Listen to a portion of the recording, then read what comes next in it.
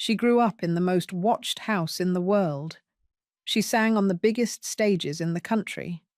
She raised 4 sons, wrote 25 novels, and built a life that looked, from the outside, like the American dream made real.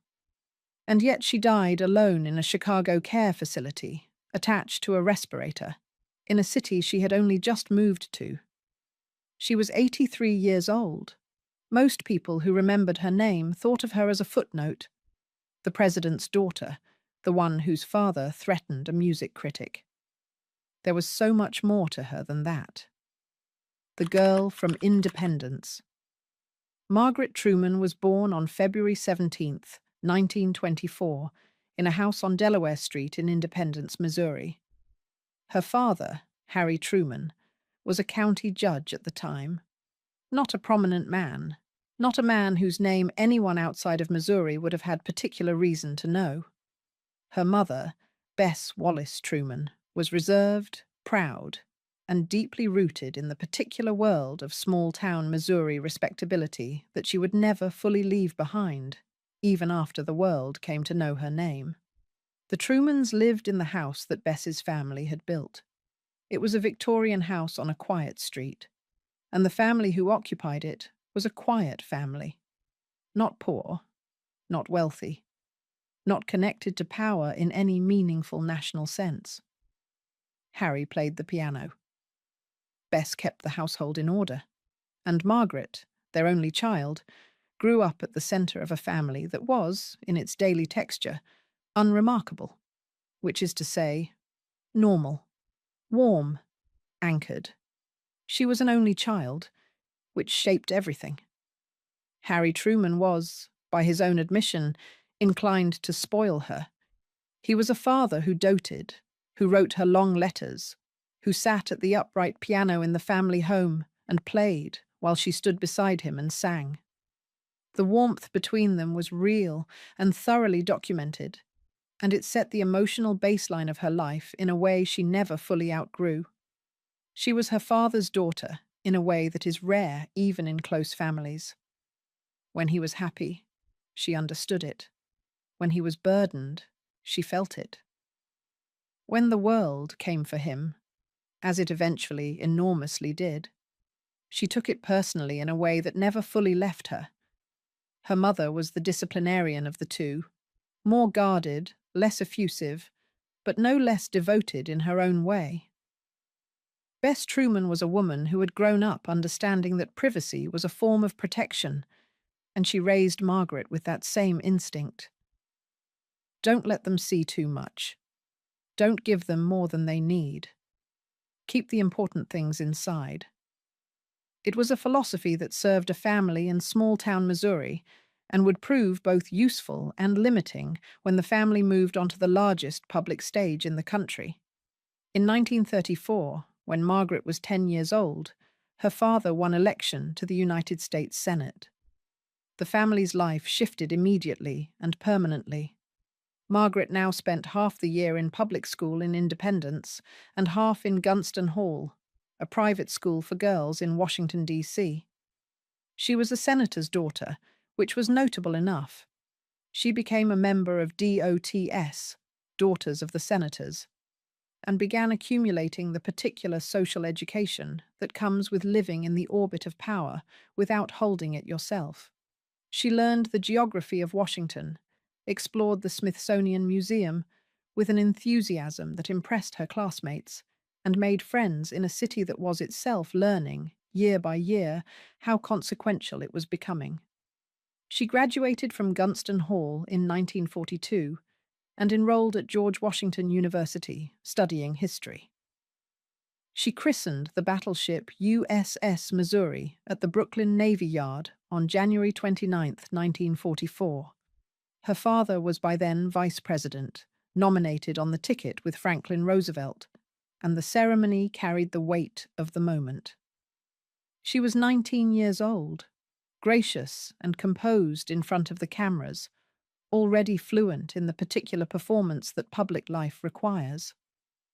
By the time she was a junior at George Washington, the shape of the world was fracturing under the weight of a war that would define her generation.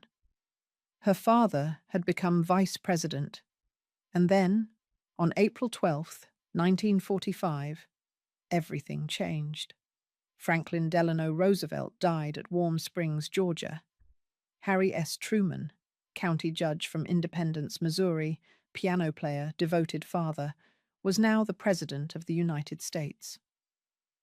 Margaret was 21 years old, still a student, and in a single afternoon, her life became something else entirely, inside the White House.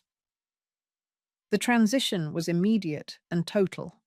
There was no gradual adjustment, no slow accumulation of attention. One day, Margaret Truman was a college junior with a father who happened to be vice president. The next day, she was the only child of the most powerful man in the world, and every reporter in the country wanted to know what she looked like, what she thought, and what she planned to do with herself. The White House in 1945 was, in many ways, an institution still adjusting to the idea of having a young, unmarried daughter of the president living within its walls. Eleanor Roosevelt's children had been grown and scattered during the years Franklin had occupied the presidency. Before that, you had to go back quite a ways to find a president's only child navigating Washington's social and political landscape, without the buffer of siblings or a family structure that could absorb some of the attention. Margaret was alone in a particular way. She had no brothers or sisters to share the scrutiny with.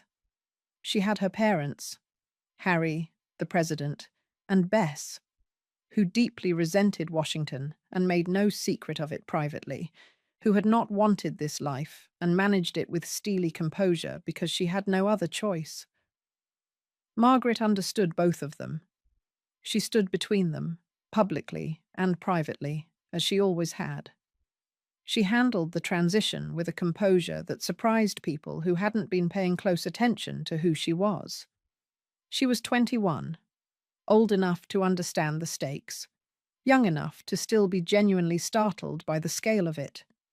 She muted her public commentary and made sure what she said and how she appeared was politically thoughtful.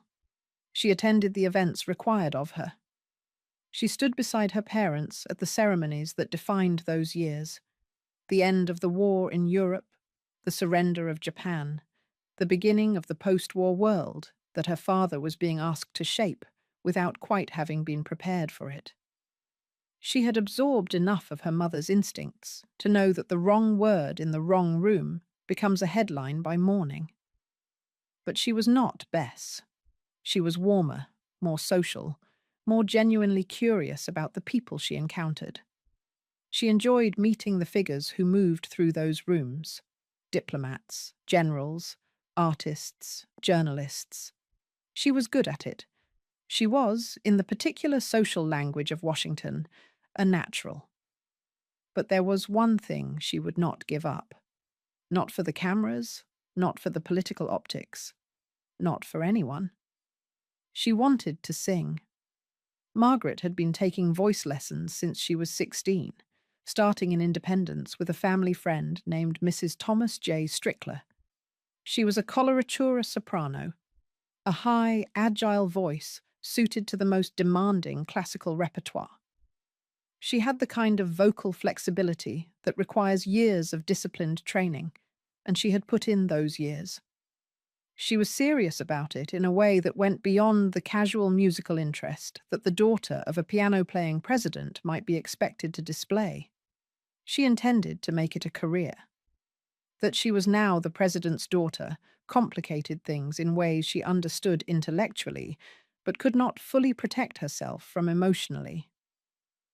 She studied in New York with Estelle Liebling, the voice teacher of soprano Beverly Sills, a meaningful credential, a sign that the circles she was moving in musically were genuine ones. The training was serious. The ambition was real. In March 1947, she made her professional debut, a radio concert with the Detroit Symphony Orchestra, broadcast nationally, while her parents listened from the Little White House in Key West, Florida. The broadcast reached households across the country. That August, She made her stage debut at the Hollywood Bowl before a crowd of approximately 20,000 people. She then embarked on a national concert tour covering some 30 cities. Audiences loved her. She was warm on stage, genuinely present, and carried herself with an unaffected Midwestern ease that audiences in packed concert halls found refreshing. The reviews from this period were largely kind, sometimes genuinely complimentary, sometimes hedging in a polite direction, sometimes faintly equivocal in ways that a careful reader might notice. But the most honest observers, then and later, would acknowledge that there was a question underneath all of it. How much of the warmth in those reviews was for the voice, and how much was for the fact that criticizing the president's daughter carried risks that most critics simply were not eager to take on? That question would be answered definitively in December 1950, and the answer would change everything. The letter that echoed. On December 5th, 1950, Margaret Truman gave a concert at Constitution Hall in Washington, D.C.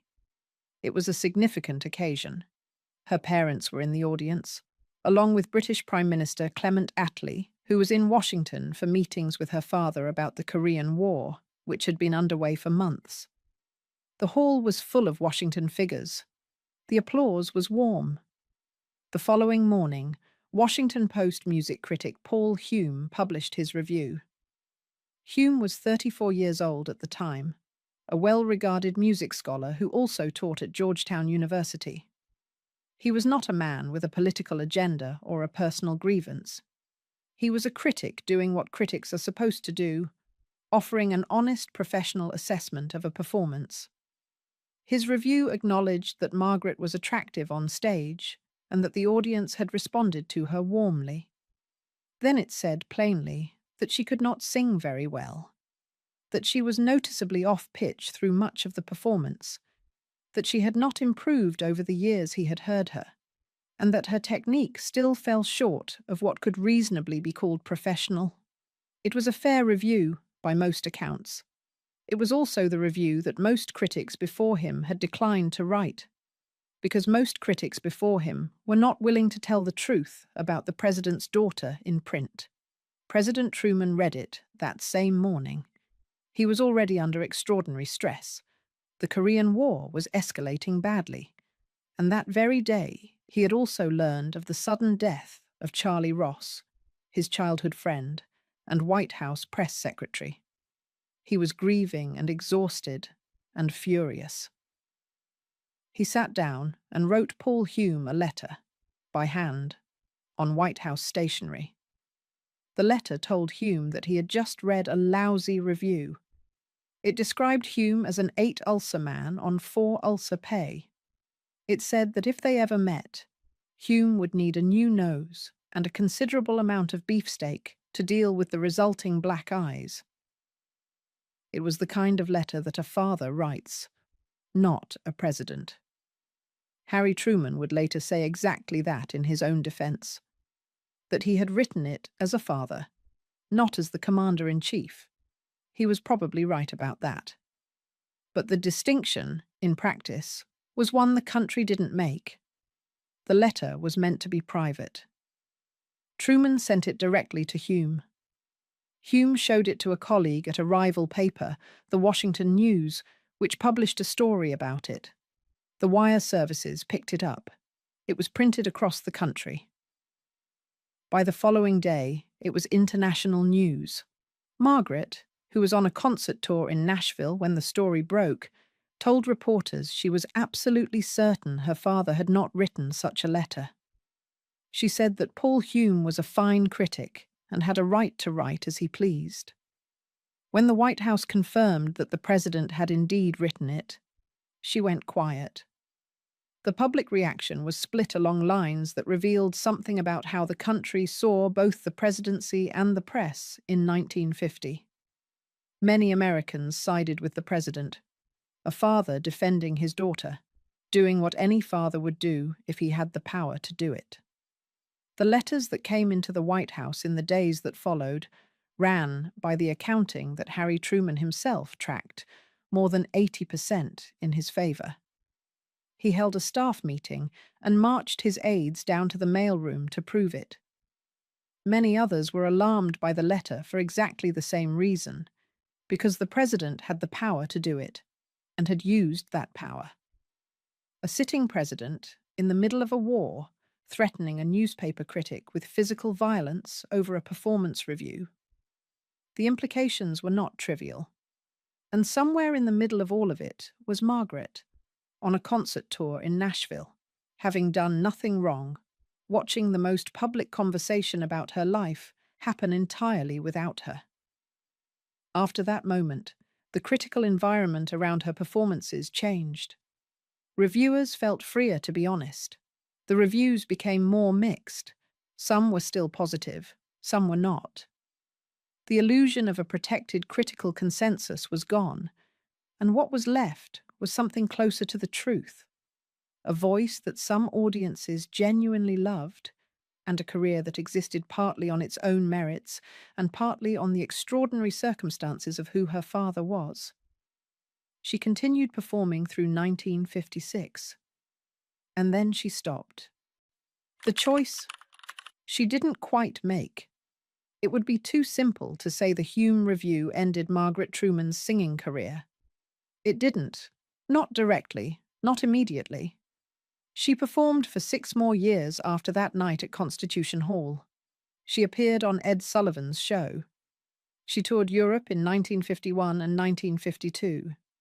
She made recordings for RCA Victor, one album of classical selections, one of American art songs. In 1951, Time magazine put her on its cover. She performed on stage, radio, and television through 1956. But something had shifted underneath all of it. The question that had always been there, whether the positive reviews were for the Voice or for the father's office, had now been asked out loud by someone credible enough that the question could not be comfortably set aside again. And as Hume had predicted, subsequent critics felt freer to be honest. The reviews became genuinely mixed. Some were still positive, some were not. What had once been a largely protected critical consensus was gone. Margaret kept her own counsel on this. She did not, in public, speak bitterly about the review or about the critics who followed Hume's lead. She defended Hume's right to write what he believed. She carried herself through all of it with the composure her mother had taught her. But people who watched her closely noticed that something in the confidence of the enterprise had changed. When her father left the White House in January 1953, Margaret moved to New York City. She had signed a contract with NBC in 1951, and she continued working with them, appearing on radio programs, filling in for Edward R. Murrow on his television show Person to Person in 1955, and co-hosting a daily radio program called Weekday alongside a young Mike Wallace, presenting news and interviews aimed at female audiences. The program was smart and well regarded. She was building something new, a media presence, a public voice distinct from the soprano voice, and a foothold in New York that had nothing to do with the White House or Missouri or any of it. She was, in this period, genuinely making herself. In 1955, she met Clifton Daniel. He was working for the New York Times as an assistant to the foreign news editor, a man of considerable professional standing and polish, a North Carolinian who had made himself into an international correspondent and would eventually become the paper's managing editor. They moved in the same social orbit, were introduced through mutual acquaintances, and by early 1956 they were engaged. They married on April 21st, 1956, at Trinity Episcopal Church in Independence, Missouri, back in the town she had come from, in the state that had always been the fixed point of her family's identity. It was a large, public wedding. The dress was designed by Italian couturier Nicole Fontana. The guest list included figures from political, journalistic, and social circles across the country. And 1 year after the wedding, the singing stopped. In 1957, Margaret formally stepped away from her concert career. She said later, in various interviews across subsequent decades, that she had made a choice, that being a wife and mother was itself a career, one she took seriously and respected as much as any professional path. She was sincere in that. The conviction was not performed. But people who followed her story could not help wondering, quietly, whether the choice had been entirely free, whether the accumulated weight of the Hume Review and its aftermath, of the mixed critical climate that followed, of the particular difficulty of building a sustained artistic reputation when half your audience is looking at you and seeing the president's daughter rather than the soprano, whether all of that had made the decision feel more inevitable than it actually was. Whether a different woman, in different circumstances, might have kept going longer, built something on honest terms, without the impossible weight of national attention pressing down on every note. There is no clean answer to that. Margaret herself never offered one. What she did instead was write. The writer in the apartment. The Daniels made their home in New York, a Park Avenue apartment that became, over the decades, the fixed point of their life together. Clifton rose steadily at the New York Times, eventually becoming its managing editor from 1964 to 1969, and later heading its Washington bureau before retiring.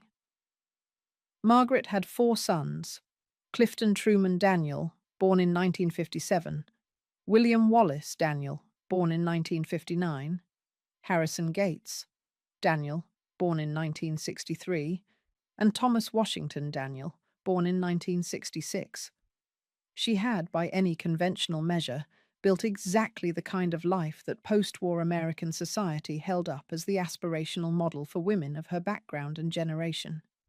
She was the wife of a prominent and respected man. She was the mother of 4 sons. She lived in one of the most desirable apartments in one of the most storied cities in the world. She hosted. She attended. She was, as the accounts describe her, a genuine New York socialite, someone who knew how to be in a room, who was valued in social settings for her warmth and her sharpness, and the particular quality of someone who had seen history from the inside and retained the clarity to speak about it without pretension. But she kept writing. She had been prompted, initially, by self-defense. In the mid-1950s, an unauthorized biography of her life was in the planning stages, and Margaret decided, with the same practical directness that had served her through the White House years, that she would rather tell her own story than have someone else tell it for her. The result was Souvenir, Margaret Truman's own story, published in 1956, the same year she married. Critics received it with genuine warmth, describing it as gracefully written, honest, without being sensational. The account of a Midwestern girl drawn into history by circumstances she had not sought and navigated with more composure than most would have managed. She did not publish again for over a decade. The sons were young. The apartment was full. The years passed, the way the years of a full family life tend to pass, loudly and quickly, in a blur of school schedules and dinners and domestic logistics that leave very little room for the kind of sustained concentration that writing requires.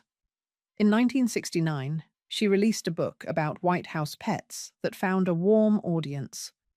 It was slight compared to what would come next, but it reminded people that she was still there, still thinking, still working, still finding angles on the world she had grown up in. Then, in 1973, she published the project she had been working toward for years, a full biography of her father. Harry S. Truman came out shortly after Harry Truman died in December 1972. The book was critically acclaimed. Reviewers praised its intimacy, its access to the private man behind the public presidency. the particular quality of a portrait that only a daughter who had loved her father unreservedly could have produced. It became a bestseller. It was, by most assessments, a genuinely good book, not simply an act of filial devotion, but a substantive contribution to the historical record of a presidency. She was 48 years old when it came out. It was, in many ways, the beginning of the most productive period of her professional life. She wrote about her mother next. Bess W. Truman, published in 1986, a rare and deeply researched biography of a woman who had spent her public life deliberately maintaining as low a profile as possible, who had resisted Washington throughout, and who left behind fewer traces than almost any other First Lady of the 20th century. It required patience and a kind of investigative persistence to write well, and Margaret brought both. She wrote Women of Courage in 1976. She wrote histories of the White House and books about the first ladies who had inhabited it. She wrote and edited collections of her father's private papers. She built, book by book, a body of work that was rooted in her own family and her own first-hand knowledge of the institutions she described. And then, in 1980, she did something that surprised almost everyone who thought they understood her work. She published a murder mystery. Murder in the White House was the first in what would become the Capital Crimes series. Mystery novels set in the corridors of Washington, in the buildings and institutions and social worlds she had known her whole life. The series ran to 25 novels, published almost annually until the end of her life. The last one, Murder on K Street, came out in 2007, the year before she died. Her son Clifton once joked that his mother seemed to have a deeply negative opinion of almost everyone in Washington, and that the murder mysteries were how she managed it, killing them off, one by one, in fiction. It was the kind of joke that the Trumans made, wry, plain-spoken, and carrying more truth than it let on. The series was commercially successful, genuinely popular with readers, and won her an audience that had nothing to do with her father or the White House or the singing career. It was hers, fully and finally. Whatever questions had attached to her earlier work, is she a real soprano or the president's daughter? Is this a real biography or an act of loyalty? The mysteries stripped all of that away. Nobody read Murder at the CIA because of Harry Truman. She had found, somewhere in her 50s and 60s, the work that was entirely her own. And then the losses began. The year. Everything broke. The year 2000 arrived the way the worst years do, without warning that it was going to be the kind that rearranges everything. On February 21st, 2000, Clifton Daniel died at their Park Avenue apartment. He was 87 years old. He had suffered a stroke, his heart having been weakening for some time. They had been married for 44 years. He had been the stable architecture of her adult life, the managing editor who rose to lead one of the most important newspapers in the world, the man who had watched her turn to fiction and told her, with evident pride, to stick to what she knew. The man who had shared the Park Avenue apartment through the writing of 20-something mystery novels, through the biographies of her parents, through the raising of 4 sons and the watching of grandchildren arrive. 44 years. In a life that had been so publicly and persistently scrutinized, the marriage was one of the things that had remained genuinely private. Not because they hid it, but because it was stable. And stability, in the tabloid arithmetic of American public life, generates very little material. She was 75 years old when he died. She had her sons. She had her work. She had the apartment. And then, 6 months later, on September 4th, 2000, her son, William Wallace Daniel, was struck by a taxicab on Park Avenue, just outside her building, and died from his injuries 2 days after the accident. William was 41 years old. He was the second of her four sons, a psychiatric social worker and researcher at the New York State Psychiatric Institute at Columbia University, where he worked on reducing risk factors for serious mental illness. He was crossing Park Avenue at East 76th Street at 2:40 in the morning when the cab, traveling north, struck him. He was taken to New York Hospital. He died there on September 4th, 2000. The accident happened a few feet from the building where his mother lived. William had spent his professional life helping people who were suffering in ways most people preferred not to look at directly. He had just lived through his father's death. He was 41 years old. His eldest brother, Clifton, told a reporter that their mother was devastated, that the two losses, arriving within 6 months of each other, were almost beyond bearing. But, he said, she had her chin up. That phrase, she had her chin up, was the kind of thing the Trumans said about each other. It was Bess's daughter's grief being described in Bess's language. Keep the important things inside. Don't let them see too much. The chin stays up, not because the weight isn't crushing, but because that is what people in this family do when the weight gets heavy. Margaret kept writing. In the months and years that followed, she published more mystery novels.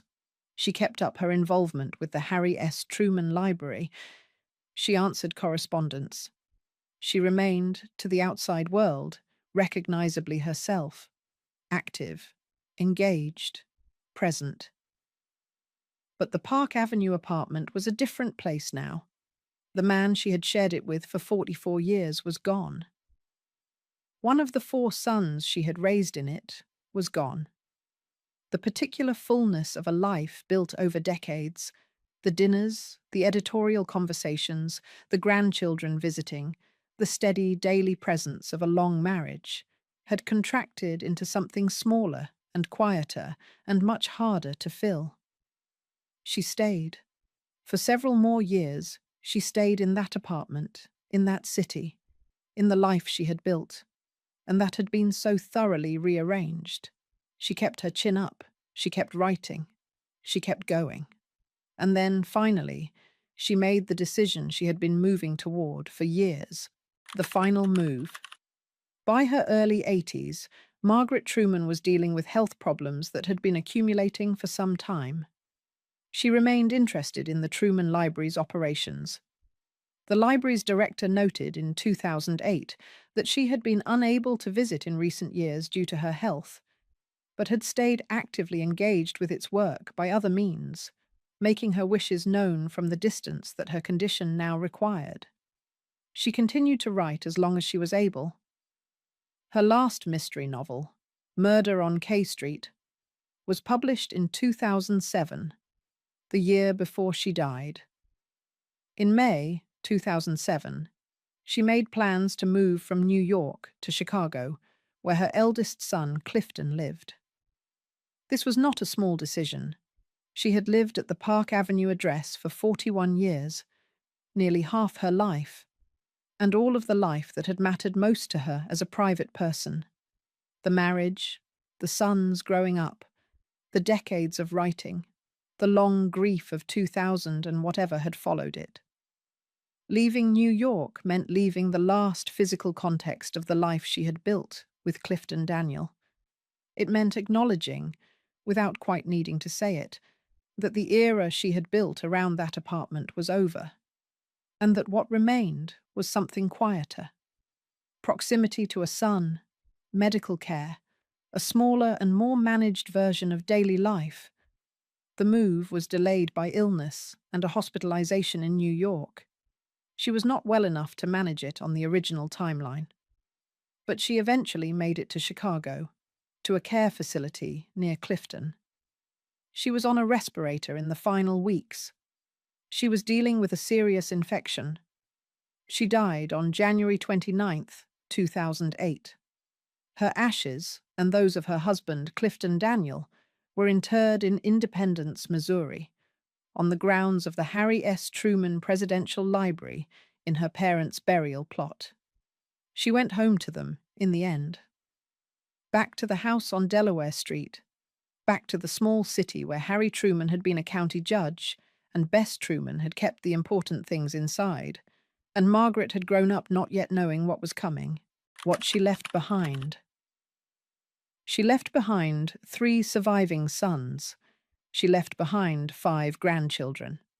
She left behind 25 mystery novels, 2 landmark presidential biographies, a memoir, histories of the White House, and a body of non-fiction work about the women who had lived in it. More than 20 books in total, written across 6 decades, covering more ground than most writers manage in a full career. She left behind the story of a singing career that ended not with a single decisive blow, but with a slow accumulation of pressures from all directions. The scrutiny of being a president's daughter, the Hume Review and the atmosphere it created, the marriage and the sons, and the choices that pile up in a life until a person looks back and cannot quite reconstruct the sequence that led to where they ended up. She left behind a set of remarks, given in interviews over the years, that were more candid than anyone who had met the composed, gracious public figure might have expected. She said she felt she had lived several different lives, and that the White House years were one of them. She said that some of it was fun, but most of it was not. She said it had been a great view of history being made. The only thing she had ever missed about the White House, she said, was having a car and driver. That last line is pure Margaret Truman, the Midwestern plainness, the refusal to sentimentalize what had actually been a profoundly strange and difficult thing to live through. She could have built a second career out of warmly remembered anecdotes about her famous father and the great men he had known. Many people in her position would have. Instead, she chose to be honest. And the honesty had a slightly dry edge to it, the edge of someone who had been looked at for a very long time and had made a quiet peace with never being fully seen. She was, throughout her life, more than the role that history assigned her. She was not simply the president's daughter. She was not simply the woman whose father threatened a music critic. She was a trained singer who had performed before audiences of 20,000 people at the Hollywood Bowl and in the halls of Washington and New York, and across 30 cities on a national tour. She was a journalist who co-hosted a national radio program with Mike Wallace. She was a biographer who produced a critically acclaimed portrait of a presidency that remains part of the historical record. She was a novelist who found her most authentic and commercially successful voice in her 50s in a genre nobody would have predicted for her, and who kept writing until the year she died. And she was, underneath all of it, a woman who had grown up in a quiet house in Independence, Missouri, with a father who played the piano and a mother who kept the important things inside, and who had spent her entire adult life trying to figure out how to remain the person that house had made her while living a life that house could not possibly have prepared her for. Harry Truman was, by most historical assessments, one of the more consequential American presidents of the 20th century, the man who ended World War II, who oversaw the beginning of the Cold War, who made decisions that shaped the world for decades. His name is on a library in Independence and on a college in Chicago where his grandson works. His face is on the covers of history books. Margaret's name is on 25 mystery novels that are still in print, and on 2 presidential biographies that historians still reference, and on the gravestone she shares with her husband in her parents' burial plot on the grounds of the Truman Library in Independence, Missouri. She went home to them, in the end, back to the house on Delaware Street, back to the city where the piano played and the important things stayed inside, back to the beginning of the story, which had always been, even at its most scrutinized and public and enormous, a private one. If you enjoyed this video, please like and subscribe to our channel so you never miss out on more fascinating stories.